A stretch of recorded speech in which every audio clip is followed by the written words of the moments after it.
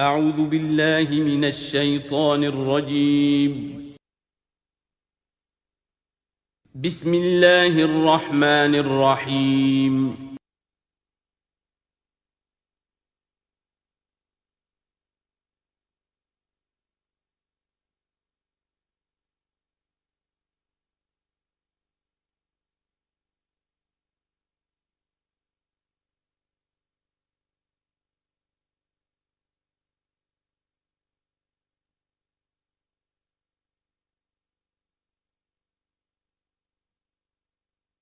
اعوذ باللہ من الشیطان الرجیم بسم اللہ الرحمن الرحیم یا ایھا الذین آمنوا اذکروا اللہ ذکرا کثیرا وسبحوہ بکرۃ واصیلا هو الذی یصلی علیکم وملائکتہ لیخرجکم من الظلمات الی النور وکان بالمؤمنین رحیما صدق اللہ العظیم۔ اہل ایمان اللہ کا ذکر کیا کرو کثرت کے ساتھ۔ ذکر کثیر سے مراد کیا ہے؟ کہ انسان کسی بھی حال میں ہو اللہ کو یاد رکھے۔ پنجابی میں ایک کہاوت ہے، ہتھ کارول دل یارول۔ کام آپ کر رہے ہیں، کوئی بھی کر رہے ہیں، لیکن یہ کہ آپ کا دل اللہ کے ساتھ لگا ہونا چاہیے۔ اس کا جو بہترین طریقہ ہے وہ یہ ہے کہ تمام جو بھی معمولات زندگی کے ہیں ان کے ساتھ ہی حضور صلی اللہ علیہ وسلم سے مسنون دعائیں ہیں۔ گھر میں داخل ہو رہے ہیں تو دعا مانگیے، باہر نکل رہے ہیں تو دعا مانگیے، بازار میں داخل ہو رہے ہیں تو دعا مانگیے، بازار سے باہر آ رہے ہیں دعا مانگیے، بیت الخلاء میں داخل ہو رہے ہیں دعا ہے۔ لیکن آپ کام بھی کر رہے ہیں ساتھ کے ساتھ، کوئی اضافی وقت آپ کا نہیں لگ رہا ہے، لیکن اس میں یہ ہے کہ آپ کا اللہ کے ساتھ ایک رشتہ قائم رہے۔ باقی یہ کہ قرآن سب سے بڑا ذکر ہے، پھر نماز، یہ تو ہم پڑھ چکے ہیں 21ویں پارے کی پہلی آیت، وَاتْلُ مَا أُوحِيَ إِلَيْكَ مِنَ الْكِتَابِ وَأَقِمِ الصَّلَاةَ إِنَّ الصَّلَاةَ تَنْهَىٰ عَنِ الْفَحْشَاءِ وَالْمُنكَرِ وَلَذِكْرُ اللَّهِ أَكْبَرُ۔ تو اللہ کا ذکر کرو کثرت کے ساتھ، وَسَبِّحُوهُ بُكْرَةً وَأَصِيلًا، اور صبح و شام اس کی تسبیح کرتے رہو۔ هُوَ الَّذِي يُصَلِّي عَلَيْكُمْ وَمَلَائِكَتُهُ، وہ تم پر اپنی رحمتیں بھیجتا رہتا ہے، اپنی عنایتیں اور شفقتیں نازل فرماتا رہتا ہے، نہ صرف وہ خود بلکہ اس کے ملائکہ بھی۔ اب یہ دیکھیے وہی لفظ ہے کہ جو حضور کے بارے میں آیا ہے، ان اللہ وملائکتہ یصلون علی النبی، یقیناً اللہ اور اس کے فرشتے نبی پر رحمتیں بھیجتے ہیں۔ لیکن یہ فرمایا جا رہا کہ ایک عام اہل ایمان کو بھی حصہ ملتا ہے اس میں سے، اللہ کی عنایتیں ہیں، اللہ کی رحمتیں ہیں۔ وہی لفظ استعمال ہو رہا ہے اہل ایمان کے لیے۔ هو الذی یصلی علیکم وملائکتہ لیخرجکم من الظلمات الی النور، وہ اپنی رحمتیں اور عنایتیں نازل فرماتا رہتا ہے، وہ بھی اور اس کے فرشتے بھی، تاکہ نکالیں تمہیں اندھیروں سے روشنی کی طرف۔ وَكَانَ بِالْمُؤْمِنِينَ رَحِيمًا، اور یقیناً اللہ تعالیٰ کے اہل ایمان کے حق میں وہ بہت رحیم ہے۔ تحیتہم یوم یلقونہ سلام، ان کی دعا جو ہے جس روز کہ وہ اللہ سے ملیں گے ہوگا سلام۔ وَأَعَدَّ لَهُمْ أَجْرًا قَرِيبًا، اور اللہ تعالیٰ نے ان کے لیے بہت باعزت اجر فراہم کیا ہوا ہے۔ یا ایھا النبی انا ارسلناک شاہدا ومبشرا ونذیرا وداعیا الی اللہ باذنہ وسراجا منیرا۔ اے نبی، اب یہاں نوٹ کیجئے، اے نبی، ہم نے بھیجا ہے آپ کو۔ یہ نبوت اور رسالت کا کے درمیان جو ربط و تعلق ہے وہ بھی یہاں پر واضح ہو جائے گا۔ جیسے جس کسی شخص نے CSP کا امتحان پاس کر لیا، اب اس کی اپوائنٹمنٹ ہوتی ہے کسی جگہ پر، جاؤ وہاں پر DC لگو یا وہاں کوئی اور عہدہ جو ہے، ایک ہے اپوائنٹمنٹ، ایک ہے کارڈر۔ نبوت کارڈر ہے، اس کارڈر میں جو آ گئے ہیں اب ان کو جن کو اللہ ان میں سے چاہتا ہے اپوائنٹ کرتا ہے کسی خاص قوم کی طرف، کسی خاص علاقے کی طرف، تو اس اپوائنٹمنٹ کے بعد وہ اب رسول ہے۔ یا ایھا النبی، اے نبی، اسی لیے کہا جاتا ہے کہ حضور کی نبوت کا ظہور جو ہوا ہے وہ پہلی وحی سے۔ وہ سورہ علق کی 5 آیتیں، اقرأ بسم ربک الذی خلق، خلق الانسان من علق، اقرأ وربک الاکرم الذی علم بالقلم، علم الانسان ما لم یعلم۔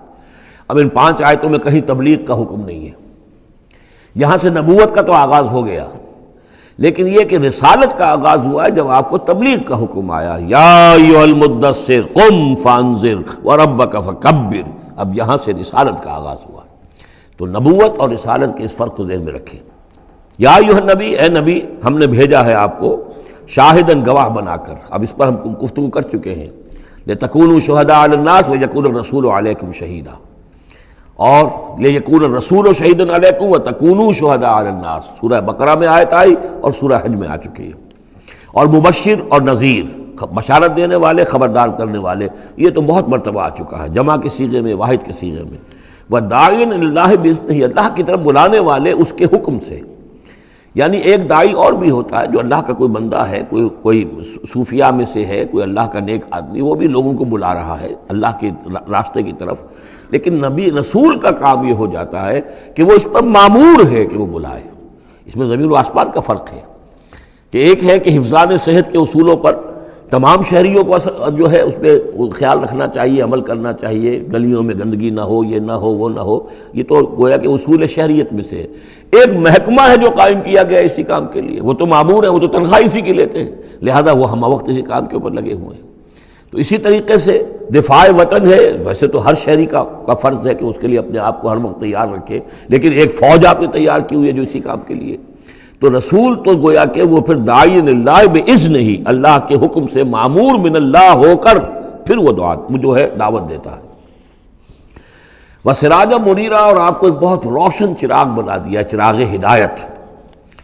وَبَشِّرِ الْمُؤْمِنِينَ بِأَنَّ لَهُم مِّنَ اللَّهِ فَضْلًا كَبِيرًا، اور اہل ایمان کو آپ بشارت دے دیجئے کہ ان کے لیے اللہ کی طرف سے بہت بڑا فضل ہے۔ وَلَا تُطِعِ الْكَافِرِينَ وَالْمُنَافِقِينَ وَدَعْ أَذَاهُمْ، اور آپ ان کافروں اور منافقوں کی باتیں نہ مانیے، ان کی طرف دھیان بھی مت دیجیے۔ وَدَعْ أَذَاهُمْ، اور وہ جو کچھ بھی اذیت آپ کو دینا چاہ رہے ہیں، تکلیف پہنچا رہے ہیں، کوفت پہنچا رہے ہیں، دفع کیجیے ان کی ایذاؤں کو۔ وَتَوَکَّلْ عَلَى اللَّهِ، اللہ تعالیٰ پر توکل کیجیے۔ وَكَفَىٰ بِاللَّهِ وَكِيلًا، اللہ کافی ہے آپ کے لیے سہارا، اور آپ کی مدد کرنے کے لیے اللہ کافی ہے، یہ کچھ نہیں بگاڑ سکیں گے۔ جو چاہیں اسکینڈلز اٹھا لیں، جو چاہیں آپ کے خلاف سازشیں کر لیں، آپ کا بال بیکا نہیں کر سکیں گے۔ یا ایھا الذین آمنوا اذا نکحتم المؤمنات ثم طلقتموہن من قبل ان تمسوہن، اب ایک حکم یہاں پر طلاق کے ضمن میں بھی آ رہا ہے۔ پہلے آ چکا ہے کہ اگر نکاح ہو چکا ہے کسی سے اور کوئی مہر مقرر نہیں ہوا تھا، لیکن پھر بھی طلاق اگر دے دی ہے تو بہرحال اسے کچھ نہ کچھ مہر جو ہے وہ اس کو کچھ نہ کچھ دے دلا کے رخصت کرنا چاہیے۔ اور اگر ملاقات سے قبل نکاح دی ہے، مہر طلاق دے دی ہے اور مہر مقرر ہو چکا تھا تو آدھا مہر دینا ہوگا۔ اب یہاں مسئلہ آ رہا عدت کا۔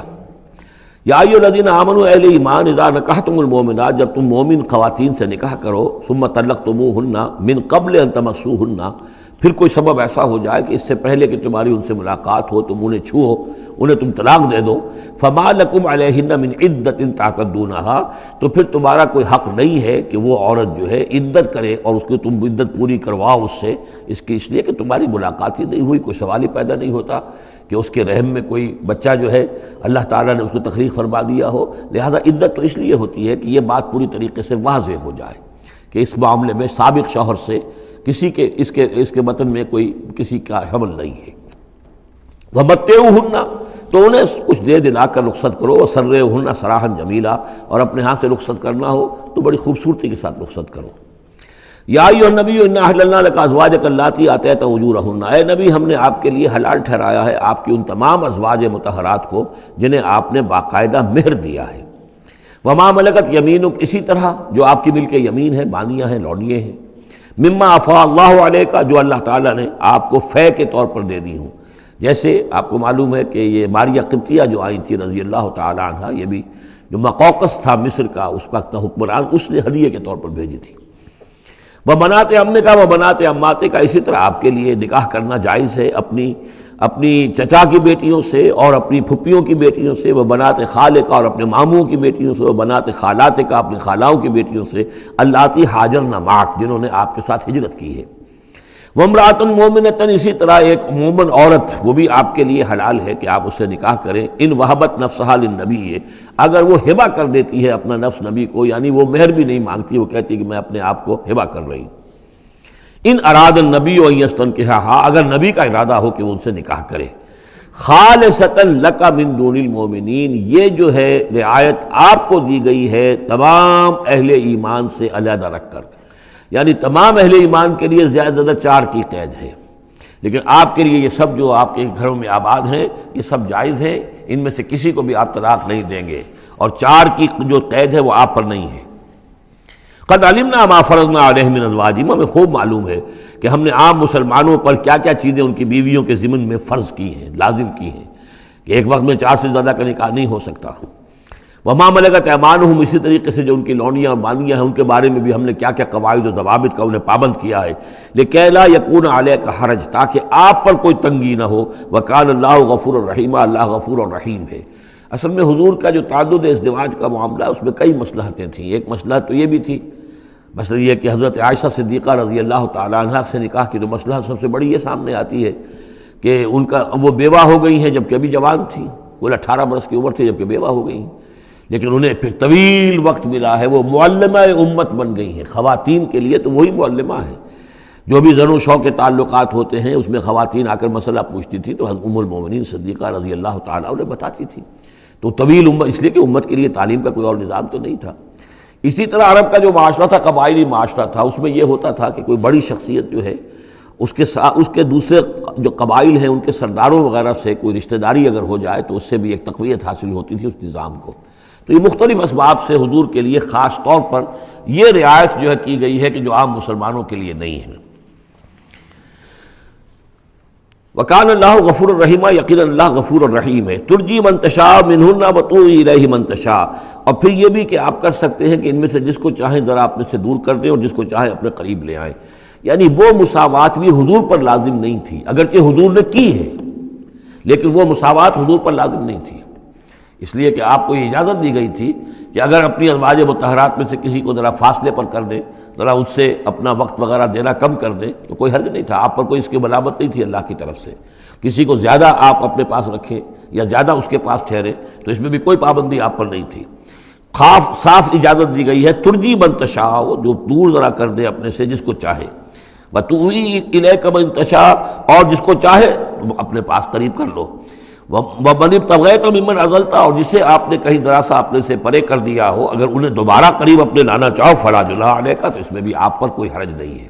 ذالک ادنیٰ ان تقر اعینہن، یہ زیادہ قریب تر ہے اس سے کہ ان کی آنکھیں بھی ٹھنڈی رہیں، ولا یحزن، اور وہ رنجیدہ نہ ہوں، یعنی ایسا نہ ہو کہ کسی اپنی زوجہ محترمہ سے آپ ذرا زیادہ دیر کے لیے جو ہے وہ دور رہیں، ایسا بھی نہیں ہونا چاہیے، ان کی بھی آنکھوں کی ٹھنڈک رہنی چاہیے۔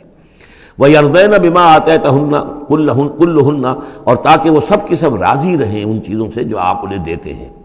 حضور کا معاملہ یہ تھا کہ آپ نے کامل مساوات برتی ہے، ناپ تول کے ساتھ، نان نفقہ سب کا برابر، وقت اپنا سب کے ساتھ برابر، باریاں مقرر ہیں اور باریوں پر ہی آپ سب شب باشی فرماتے تھے، آج ان کے پاس ہے، کل ان کے پاس ہے، پرسوں ان کے پاس ہے۔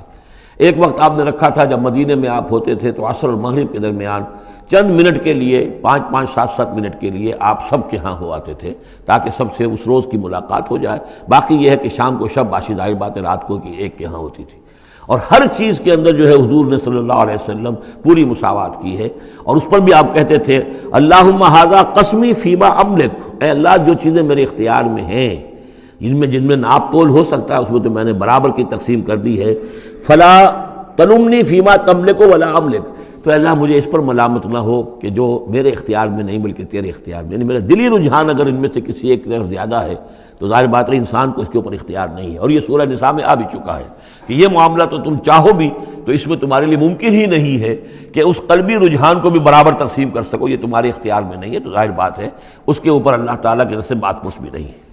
واللہ یعلم ما فی قلوبکم، اللہ جانتا ہے جو کچھ کہ تمہارے دلوں میں ہے، وکان اللہ علیما حکیما، اللہ علیم اور حکیم ہے۔ لا یحل لک النساء من بعد، لیکن اب اس کے بعد جتنے بھی نکاح آپ کر چکے ہیں اب آپ کے لیے کوئی اور نکاح کرنا جائز نہیں ہے۔ یہ صورتحال بس اب فل سٹاپ لگ گیا ہے، اب نہ تو ان میں سے کسی کو آپ طلاق دیں گے اور نہ ہی مزید کوئی شادی کریں گے۔ ولا ان تتبدل بہن من ازواج، اور نہ یہ کہ آپ ان میں سے کسی کی جگہ کسی اور کو لائیں گے۔ ولو اعجبک حسنہن، خواہ آپ کو وہ بہت پسند بھی آئی ہو، اگر کسی خاتون کی طرف آپ کی رغبت ہو بھی گئی ہو بربنائے طبع بشری، تو اب آپ کو مزید نکاح کی اجازت نہیں ہے۔ دیکھیے قرآن مجید صاف صاف بات کرتا ہے، خود حضور نے صاف بات کی ہے، مجھے تمہاری اس دنیا سے 2 ہی چیزیں پسند ہیں یا شاید 3 چیزیں پسند ہیں، ایک تو یہ کہ خوشبو پسند ہے، ایک عورتیں مجھے پسند ہیں۔ تو جو آپ نے اس میں قطعاً کوئی آپ نے جھجک نہیں رکھی کہ جو باتیں ہیں جو بھی فطرت ہے انسان کی اور جو بھی اللہ تعالیٰ نے بنائی ہے اس کے مطابق، تو آپ نے فرمایا کہ مجھے تو دلچسپی ہے، کوئی شک نہیں۔ وَلَوْ أَعْجَبَكَ حُسْنُهُنَّ، اگرچہ کوئی آپ کو زیادہ ہی پسند آ جائے، لیکن یہ کہ اب آپ کو اجازت نہیں ہے نکاح کی، إِلَّا مَا مَلَكَتْ يَمِينُكَ، سوائے اس کے کہ جو آپ کی باندھی ہو، کوئی لوڈی ہو، کسی جنگ میں اگر وہ معاملہ ہو جاتا ہے تو اس کا معاملہ علیحدہ ہے، یہ نکاح کا معاملہ ہے۔ حضور کے ہاں دو لونڈیاں ہیں، ماریہ قبطیہ اور ایک حضرت ریحانہ رضی اللہ تعالیٰ عنہما۔ وَكَانَ اللَّهُ عَلَىٰ كُلِّ شَيْءٍ رَقِيبًا، اللہ تعالیٰ ہر چیز پر نگران ہے، ہر چیز کا پہرا دے رہا ہے۔ یا ایھا الذین آمنوا لا تدخلوا بیوت النبی الا ان یؤذن لکم، اب دیکھیے جو ہم سورہ نور میں پڑھ آئے ہیں کہ اے مسلمانوں تم کسی گھر کے اندر داخل نہ ہو جب تک کہ تمہیں حتیٰ تستانسوا ویؤذن لکم، اور اجازت نہ تمہیں مل جائے اور تم ان سے جو ہے پہلے بات چیت کرو، اذن لے کر داخل ہو۔ یہ سورہ نور میں آیت نمبر 27 اور 28، حتیٰ تستانسوا، اور 28 میں آیا یؤذن لکم۔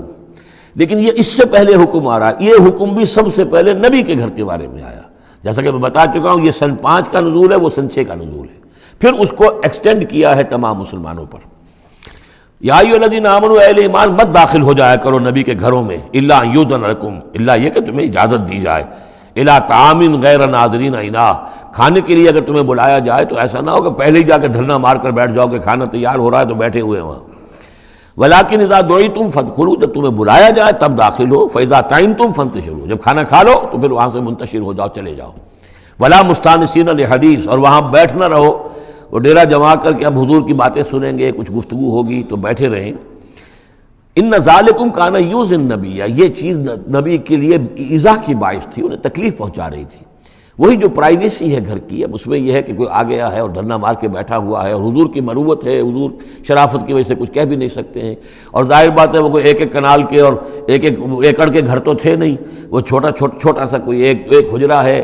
اب اسی میں بعض اوقات ایسا ہوتا تھا کہ حضرت عائشہ کے حجرے میں کوئی شخص آ گیا ملنے کے لیے، اس نے اذن چاہا تو حضور نے بلا لیا، تو حضرت عائشہ ذرا پیٹھ موڑ کر بیٹھ گئیں، اپنی کمر ادھر کر دی، کوئی چادر اوپر لے لی، اور کہاں جگہ تھی وہاں پر، وہیں پر آ کر وہ شخص آ کے اپنی بات کرتا تھا، پھر چلا جاتا تھا۔ تو فرمایا کہ یہ چیزیں جو ہے یہ یقیناً تکلیف باعث بن رہی تھی۔ ان ذالکم کان یؤذی النبی فیستحیی منکم، تو وہ تو تم سے حیا کرتے ہیں، کہہ نہیں سکتے کچھ۔ واللہ لا یستحیی من الحق، اللہ کو حق کے بیان کرنے میں کوئی جھجک نہیں ہے۔ وَإِذَا سَأَلْتُمُوهُنَّ مَتَاعًا فَاسْأَلُوهُنَّ مِنْ وَرَاءِ حِجَاب، اب یہ پہلی مرتبہ لفظ حجاب آیا ہے قرآن میں۔ جب تمہیں نبی کی بیویوں سے کوئی چیز مانگنی ہو تو پردے کی اوٹ سے مانگو۔ یہ گویا کہ اس پردے اور حجاب کے لیے پہلا حکم آیا ہے کہ دروازوں کے اوپر پردے ڈال دیے جائیں، اور یہ کہ پردے کے پیچھے سے رو در رو ہو کر نہیں، ایک دوسرے کے آمنے سامنے ہو کر نہیں، پردے کے پیچھے سے مانگو۔ یہاں سے حجاب کا سلسلہ اب شروع ہوا۔ ذالک اطہر لقلوبکم وقلوبہن، یہی زیادہ پاکیزہ طرز عمل ہے تمہارے دلوں کے لیے بھی، ان کے دلوں کے لیے بھی۔ ظاہر بات ہے کہ مرد اور عورت کے درمیان جو بھی اللہ تعالیٰ نے رکھی ہے، کشش رکھی ہے، اب ان چیزوں میں بہتر یہی ہے کہ نگاہ ایک دوسرے پر نہ پڑے۔ وما کان لکم ان تؤذوا رسول اللہ، اور تمہارے لیے یہ بالکل جائز نہیں ہے کہ تم اللہ کے رسول کو ایذا پہنچاؤ۔ اصل میں اس مسئلے میں ایک بات اور بھی سمجھ لیجئے، حضور کے ساتھ معاملہ خاص بھی تھا۔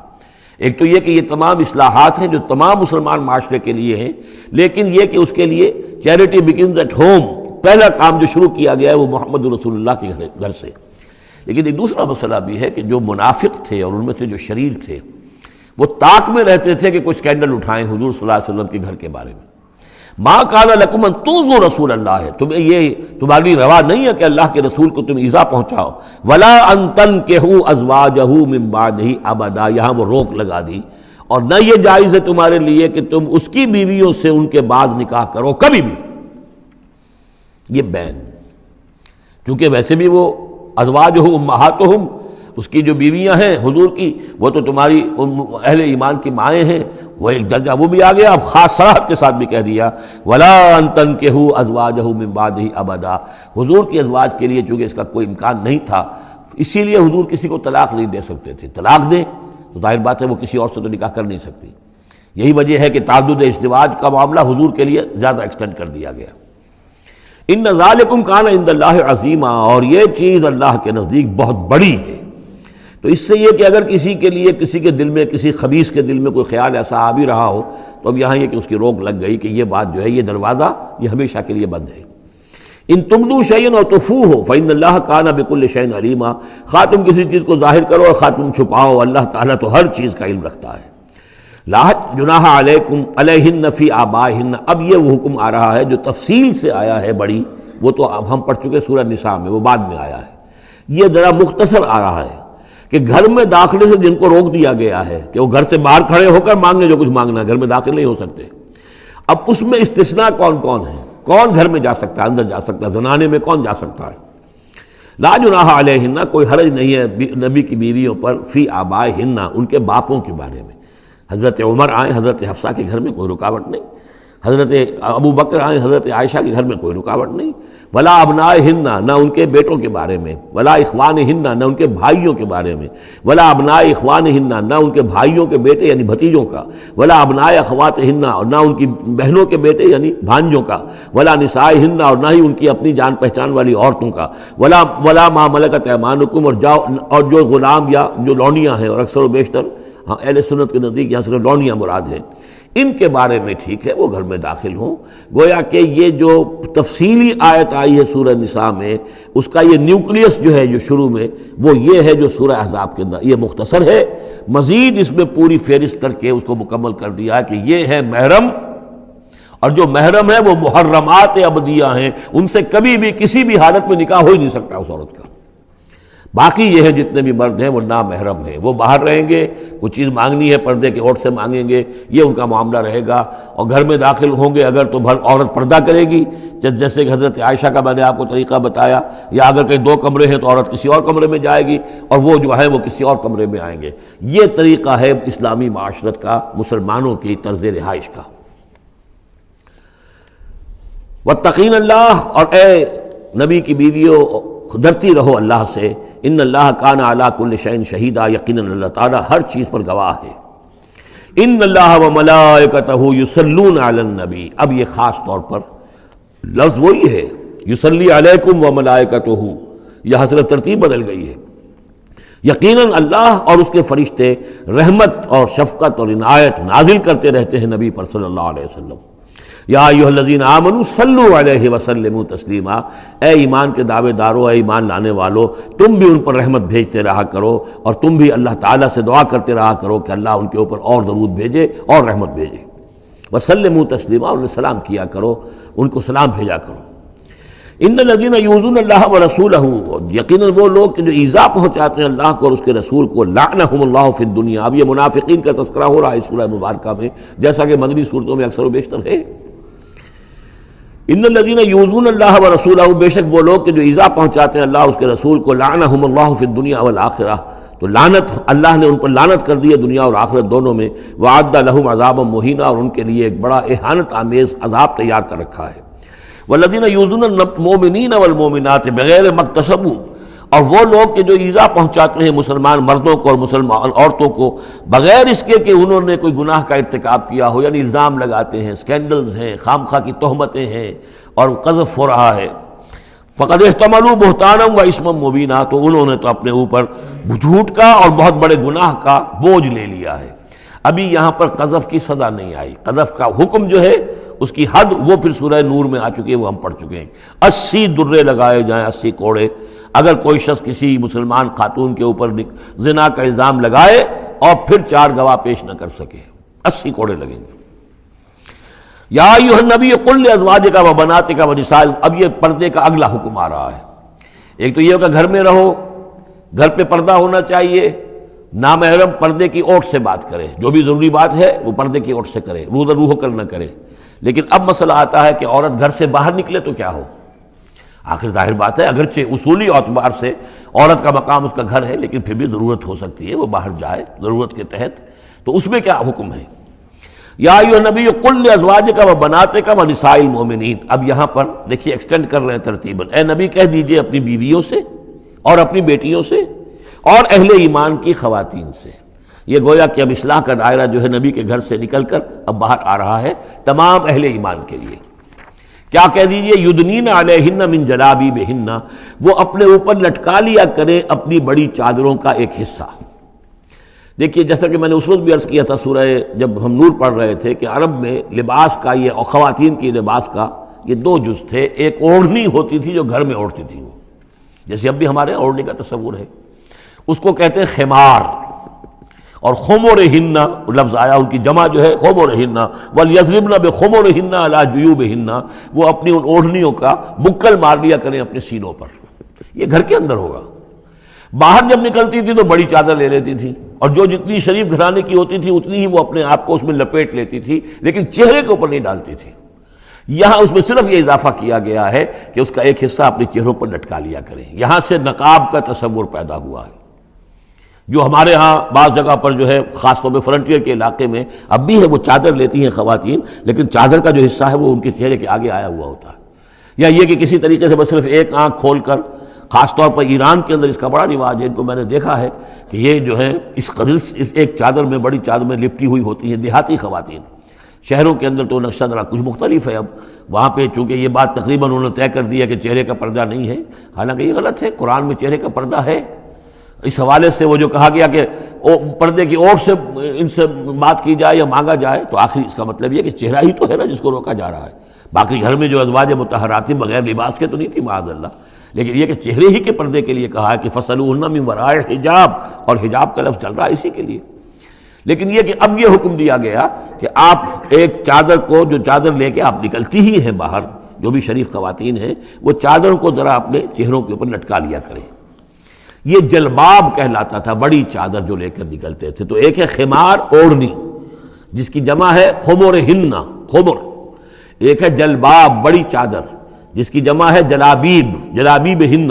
وہ اپنی بڑی چادروں کا ایک حصہ اپنے سامنے لٹکا لیا کرے چہرے کے.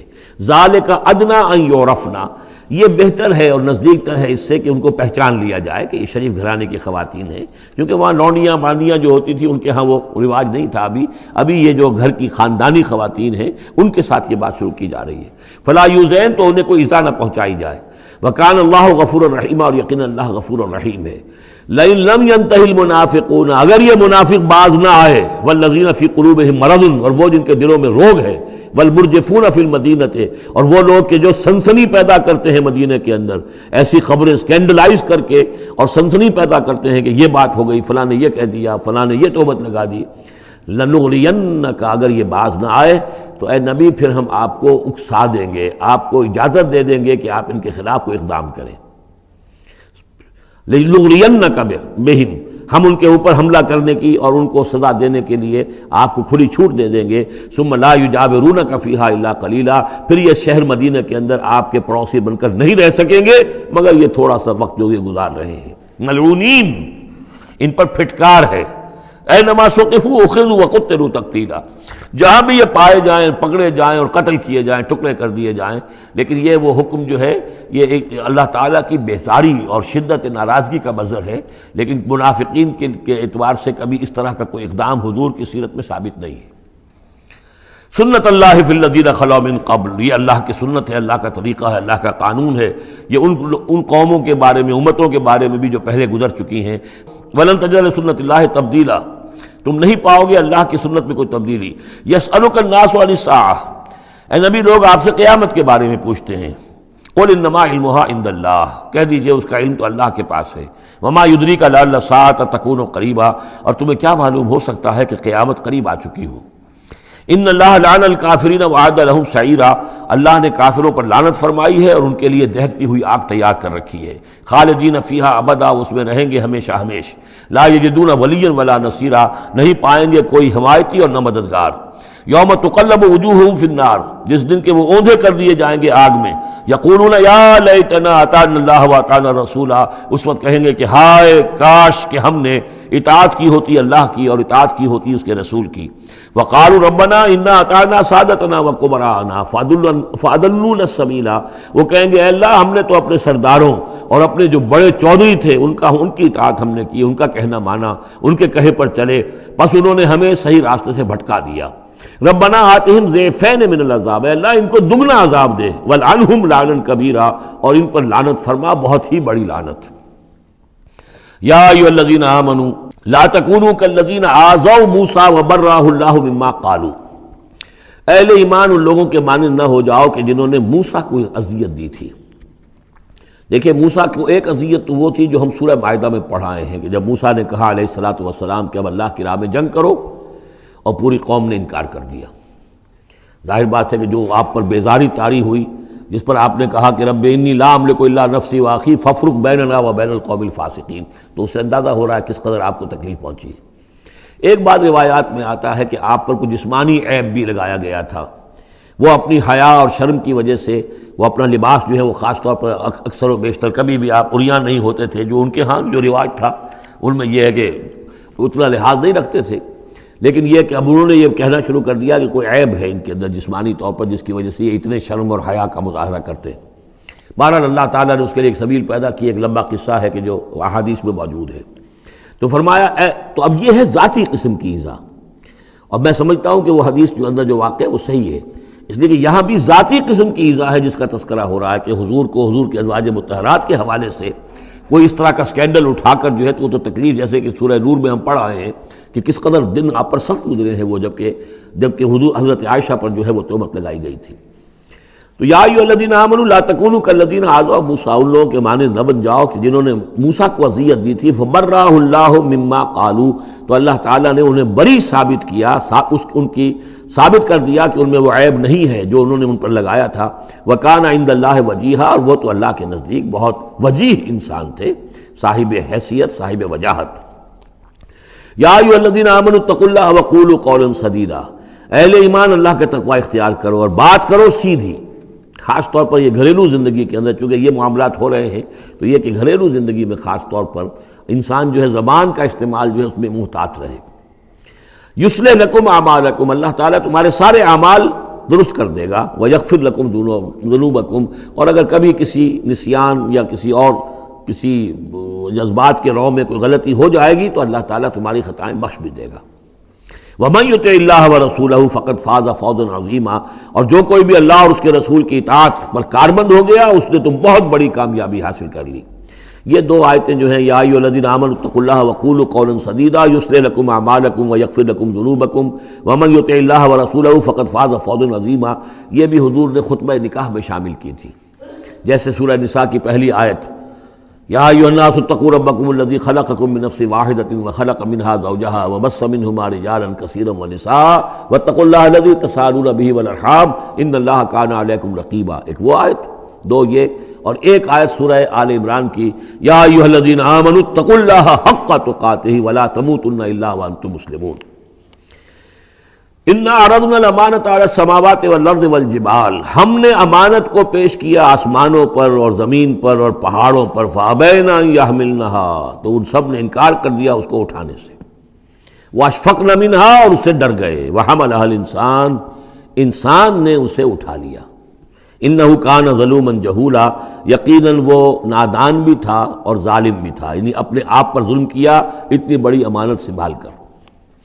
اب یہ امانت کون سی ہے، اس پر بہت سے اقوال ہیں تفسیری، اب ظاہر بات ہے کہ یہاں ان میں سے کون سا کہ کیا دلیل ہے، کسی کے حق میں کیا دلیل ہے، میں جس کو رد کر رہا ہوں کیوں کر رہا ہوں اس کا موقع نہیں ہے، لیکن میرے نزدیک اور مجھے اس پر جزم ہے، پوری طریقے سے وثوق ہے، اس امانت سے مراد ہے روح، یہ عالم امر کی شے ہے، اور لا کر عالم خلق، یہ ہمارا وجود حیوانی جو ہے یہ عالم خلق کی شے ہے، عالم امر کی شے کو بطور امانت عالم خلق کے اس وجود کے اندر امانت کے طور پر رکھا گیا ہے، یہ اللہ کی امانت ہے، وَنَفَخْتُ فِيهِ مِن رُوحِي، اپنی روح میں سے پھونک دو تمہارے اندر، تو یہ ہے امانت، بہت عظیم امانت ہے۔ عالم امر میں آپ کو بتا چکا ہوں صرف فرشتے اور ارواح انسانیہ، یہ عالم امر کی چیز ہے، انہی کی جو کمیونیکیشن ہے وہی اس کو بھی امر کہا گیا ہے، عالم امر کی شے ہے۔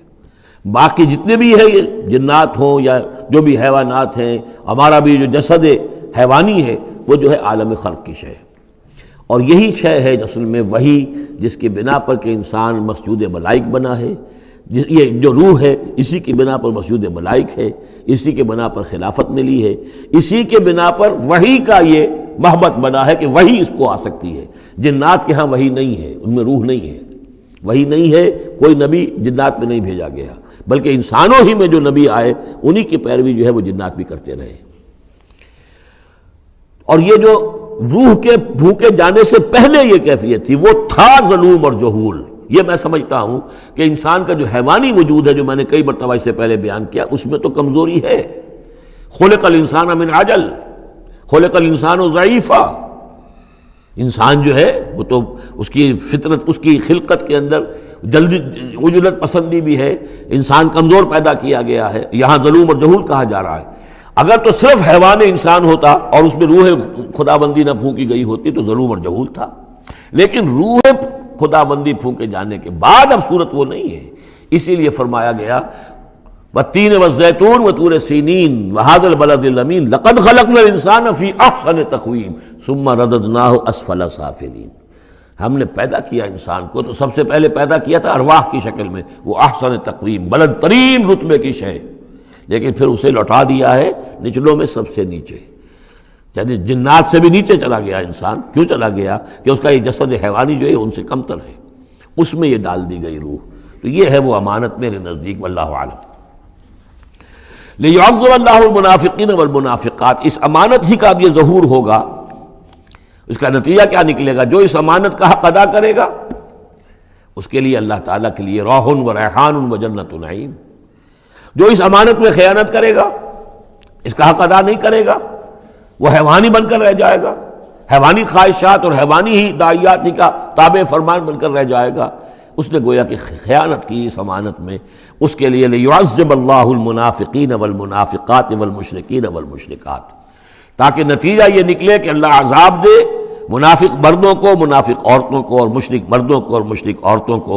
وَيَتُوبَ اللَّهُ عَلَى الْمُؤْمِنِينَ وَالْمُؤْمِنَاتِ، اور اللہ تعالیٰ عنایت فرمائے اور معاف کرے اور توبہ قبول کرے اور توبہ کی توفیق دے اہل ایمان مردوں کو بھی، اہل ایمان عورتوں کو بھی۔ وَكَانَ اللَّهُ غَفُورًا رَحِيمًا، یقیناً اللہ تعالیٰ غفور اور رحیم ہے۔ یہ جو چوتھا گروپ تھا مکی اور مدنی صورتوں کا وہ یہاں ختم ہوا، 8 مکیات اور 1 مدنی صورت۔ اب 5واں گروپ شروع ہو رہا ہے، اس میں 13 ہیں مکی صورتیں اور پھر 3 آئیں گی مدنی صورتیں، لیکن یہ جان لیجئے کہ اب جو مدنی صورتیں آئیں گی وہ چھوٹی چھوٹی ہیں، زیادہ سے زیادہ 4 رکوع، اکثر و بیشتر 2 رکوع۔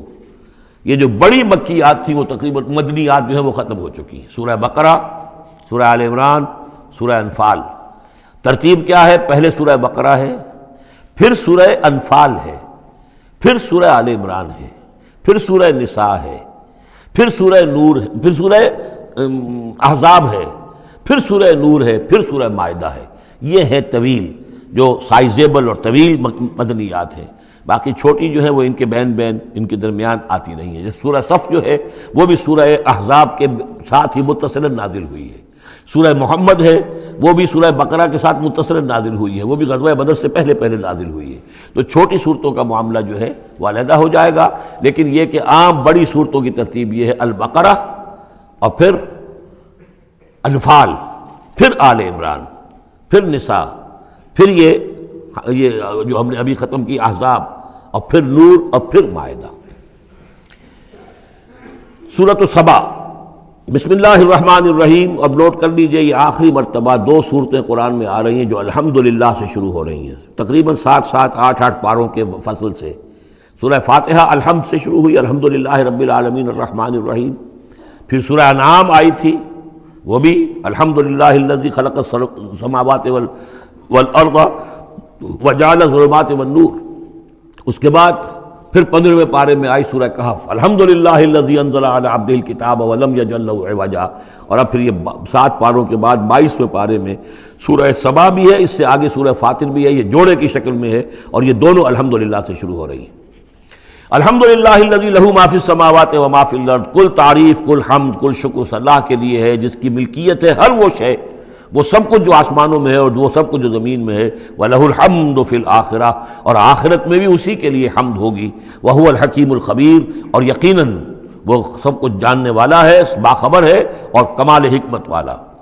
اور آخرت میں جو میدان حشر میں حضور نے فرمایا لواء الحمد بیدی، میرے ہاتھ میں حمد کا جھنڈا ہوگا، حضور کھڑے ہوں گے میدان حشر میں لواء الحمد، اب حمد کا جھنڈا لے کر۔ اور اس حمد کا خاص تعلق ہے اس آخری امت کے ساتھ، حضور کا نام بھی اسی سے ہے، محمد، احمد، حامد، یہ نام ہے حضور کے صلی اللہ علیہ وسلم، اور حمد جو ہے حمادون، یہ امت جو ہے حمادون ہے، یہ بہت حمد کرنے والے ہیں، اور قیامت کے دن میدان حشر کے اندر حمد کا جھنڈا حضور کے ہاتھ میں ہوگا، دست مبارک میں، اور حضور فرماتے ہیں اس روز جو میں اللہ کی حمد کروں گا وہ آج نہیں کر سکتا۔ یعلم ما یلج فی الارض وما یخرج منہا، وہ جانتا ہے جو کچھ زمین میں گھستا ہے، داخل ہوتا ہے، اور جو کچھ کہ اس سے نکلتا ہے۔ وما ینزل من السماء وما یعرج فیہا، اور جو کچھ کہ اترتا ہے آسمان سے نازل ہوتا ہے، اور جو کچھ کہ چڑھتا ہے اس میں۔ وہو الرحیم الغفور، اور وہ غفور ہے اور رحیم ہے۔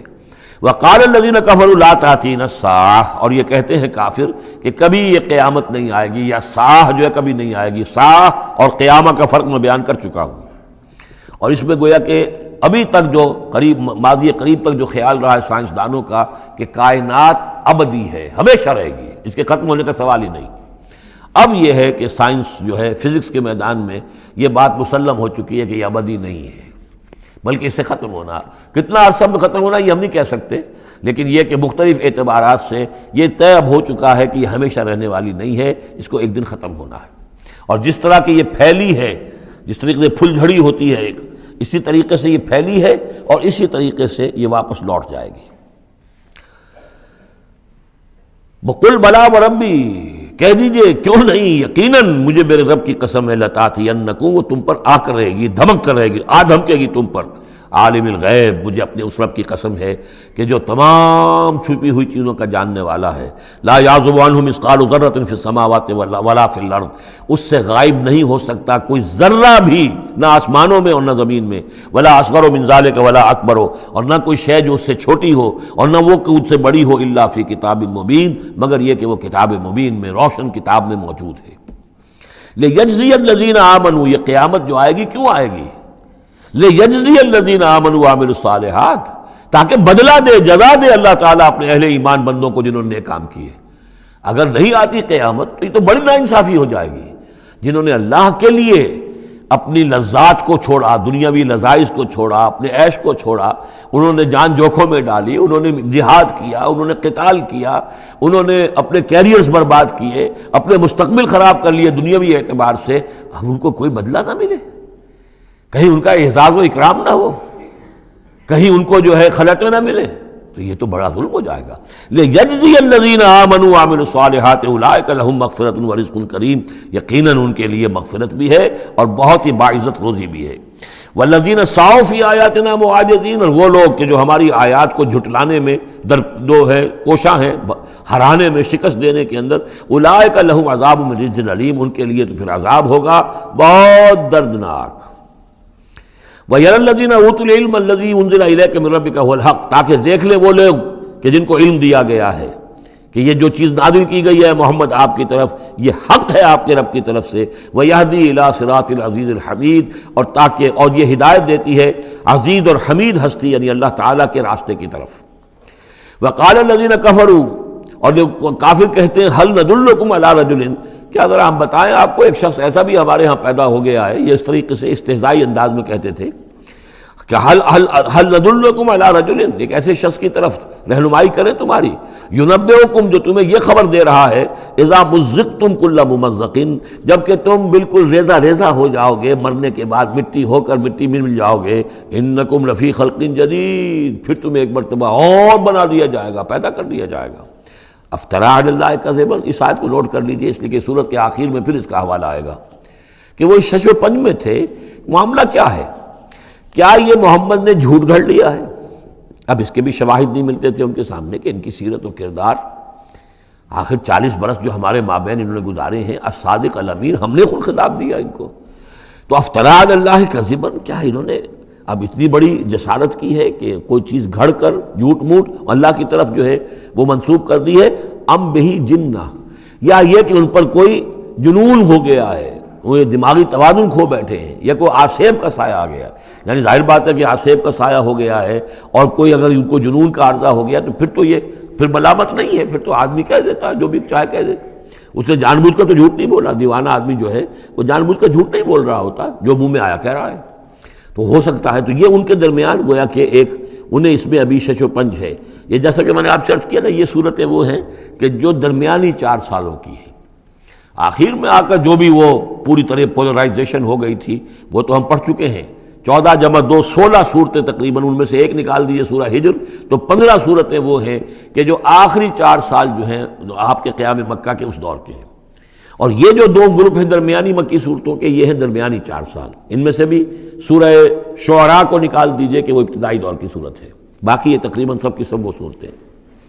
تو اب ان کے اندر بھی خود بھی ایسے لوگ تھے کہ جو شش و پنج میں تھے کہ ہوا کیا، ماجرا کیا ہے، کیا واقعی محمد نے اتنے سچے صادق الامین انسان نے جھوٹ گھڑ لیا؟ یہ بات بھی کوئی سمجھ میں نہیں آتی، اور کیا ان کو اوپر کوئی دیوانہ پن طاری ہو گیا ہے، کوئی جنون کا عرصہ ہو گیا، یہ اس کے بھی شواہد نظر نہیں آ رہے۔ بل الذین لا یؤمنون بالآخرۃ فی العذاب، بلکہ یہ وہ لوگ کہ جو آخرت پر یقین نہیں رکھتے وہ عذاب میں آئے ہوئے ہیں، ان کی جان اس ضیق میں پھنس گئی ہے، والضلال ہے، اور وہ اس میں یعنی گمراہی کے اندر پڑ گئے ہیں بڑی دور کی، اور ان کی سمجھ میں جو بات آ نہیں رہی ہے، اگر آخرت کا انہیں یقین ہوتا تو یہ بات ان کو سمجھ میں آ جاتی۔ افلم یروا الی ما بین ایدیہم وما خلفہم، تو کیا انہوں نے دیکھا نہیں جو کچھ ان کے سامنے ہے اور جو کچھ ان کے پیچھے ہے، من السماء والارض، آسمانوں اور زمین میں سے۔ سامنے کیا ہے؟ آپ کائنات کو دیکھتے ہیں، یہ سب آپ کے سامنے ہے۔ پیچھے کیا ہے؟ تاریخی شواہد جو ہیں وہ آپ کے پیچھے ہیں۔ تو یہ جو ایام اللہ کے ذریعے سے تذکیر ہوتی ہے یہ ہے پیچھے، اور جو آلاء اللہ سے جو تذکیر ہوتی ہے یہ ہے سامنے کی شے۔ تو انہوں نے کیا دیکھا نہیں؟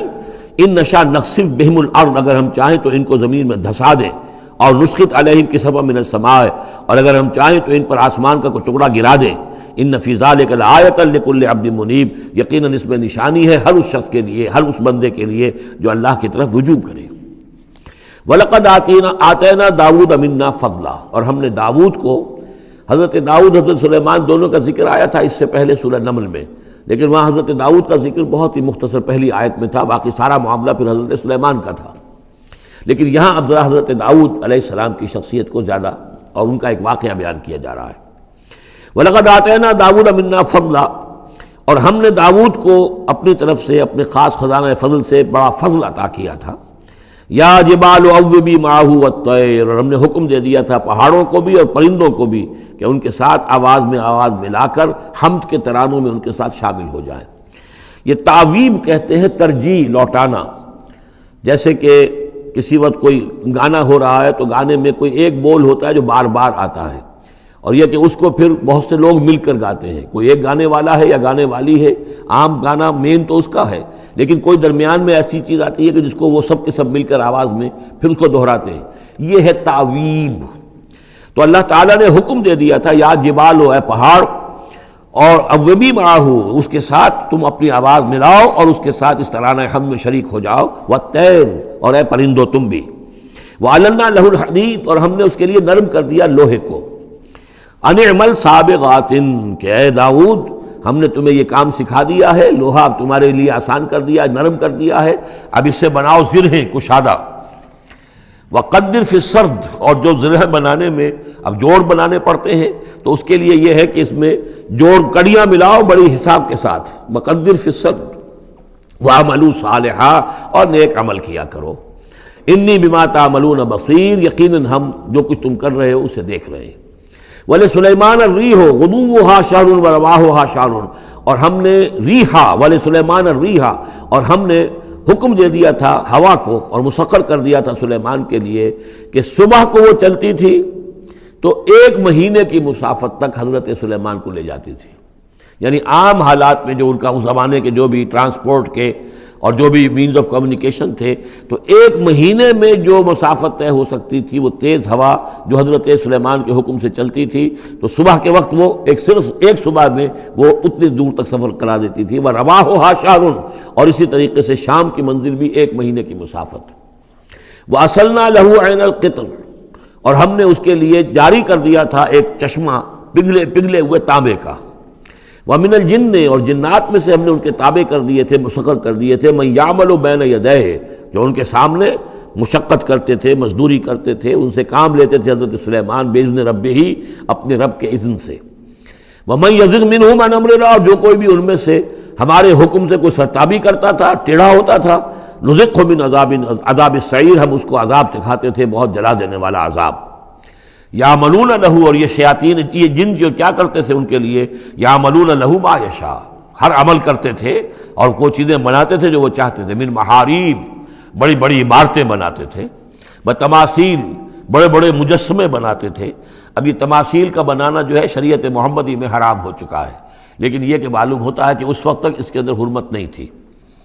جفان کا جواب، اتنے بڑے بڑے کڑھائے ہوتے تھے لگن کہ جیسے کہ وہ تالاب ہیں، اور قدور الراسیات، اور اتنی بڑی دیگیں ہوتی تھی جو ہل نہیں سکتی کہیں، بس وہ مستقل طور پر چولہوں کے اوپر رکھ دی گئی تھی۔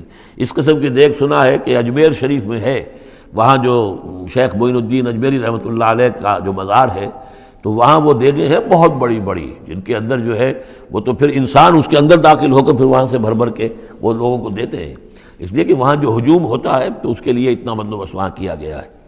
تو ایک نشانی اگر کسی کو دیکھنی ہو تو وہاں جا کر دیکھ لیں۔ لیکن حضرت سلیمان کے لیے یہ جنات کے ذریعے سے اللہ تعالیٰ نے یہ سارا کام فراہم کر دیا تھا۔ اعملوا آل داؤد شکرا، اے داؤد کے گھر والوں، چونکہ حضرت داؤد کے بیٹے حضرت سلیمان، تو ان سے کہا جا رہا ہے عمل کرو اور احسان مان کر ہماری نعمتوں کا حق ادا کرتے ہوئے، وَقَلِيلٌ مِّنْ عِبَادِيَ الشَّكُورُ، اور واقعہ یہ ہے کہ ہمارے بندوں میں سے، میرے بندوں میں سے شکر کرنے والے کم ہی ہیں۔ فَلَمَّا قَضَيْنَا عَلَيْهِ الْمَوْتَ، جب ہم نے ان پر موت طاری کر دی، مَا دَلَّهُمْ عَلَى مَوْتِهِ، تو ان جنات کو اس کی موت کی خبر نہ ہو سکی، نہیں مطلع کیا اس کی موت پر جنات کو، الا دابۃ الارض، مگر یہ جو گھن ہے دیمک، اس نے، زمین کا کیڑا، تاکل من ساعتہ، کہ وہ کھا گیا اس کو، اس کی وہ جو عصا تھا، وہ جان قبض ہو چکی ہے، انتقال کر گئے، لیکن وہ کھڑے رہے وہاں پر، اور جب وہ عصا جو ہے وہ دیمک چٹ کر گئی اور وہ عصا گرا، ٹوٹا، اور پھر حضرت جو سلیمان کی جو کا جسد جو ہے وہ گرا، تو انہیں معلوم ہوا۔ فلما خرّا، تو جب وہ گر پڑے، تبینت الجن، تو اب معلوم ہو گیا جنات کو، اللہ کانوا یعلمون الغیب، اگر انہیں علم غیب حاصل ہوتا، ما لبثوا فی العذاب المہین، تو وہ اس عذاب مہین میں نہ رہتے اتنے عرصے تک۔ وہ یہی سمجھ رہے تھے کہ یہ کھڑے ہوئے ہیں سلیمان، لہذا جو بھی کام لگا رکھا ہے وہ کام کر رہے ہیں۔ لقد کان لسبأ فی مسکنہم آیہ، اسی طرح قوم سبا کے لیے بھی ان کے مسکن میں، ان کے وطن میں ہماری ایک نشانی تھی۔ یہ قوم سبا یمن میں آباد تھی، اور ان کے ہاں یوں سمجھیے کہ 2 سلسلے باغات کے چلے گئے تھے سینکڑوں میل تک، اور بہت عمدہ باغات، پہاڑی علاقہ ہے، بہت بند بنائے تھے انہوں نے، اور یہ کہ یہ تقریباً 800 قبل مسیح کے زمانے میں یہ بند بنائے گئے ہوں، حضرت مسیح سے 800 برس قبل، اور ایک بہت بڑا بند تھا سد معارم۔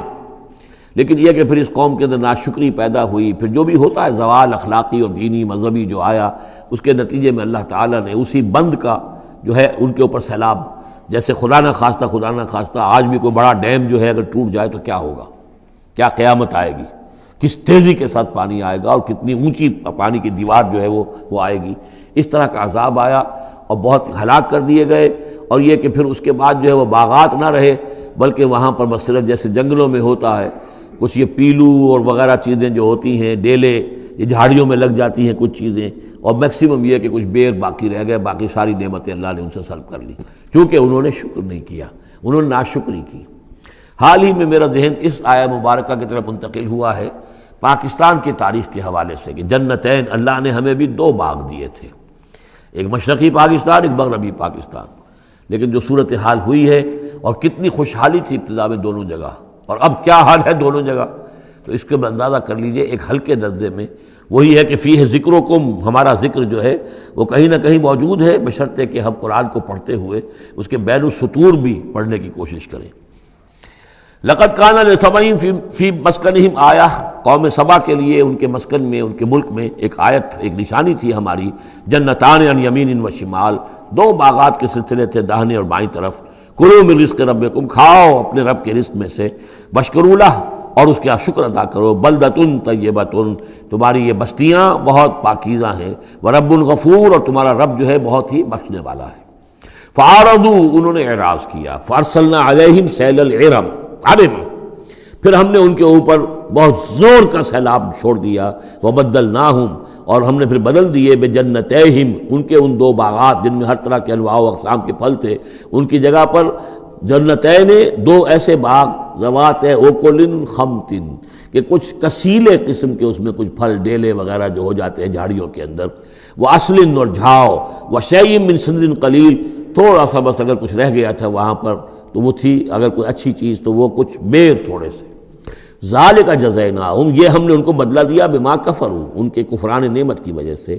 وہل نجازی الا الکفور، اور ایسا برا بدلہ ہم دیتے ہیں صرف انہی کو کہ جو ناشکرے ہوں. وجعلنا بینہم وبین القری التی بارکنا فیہا.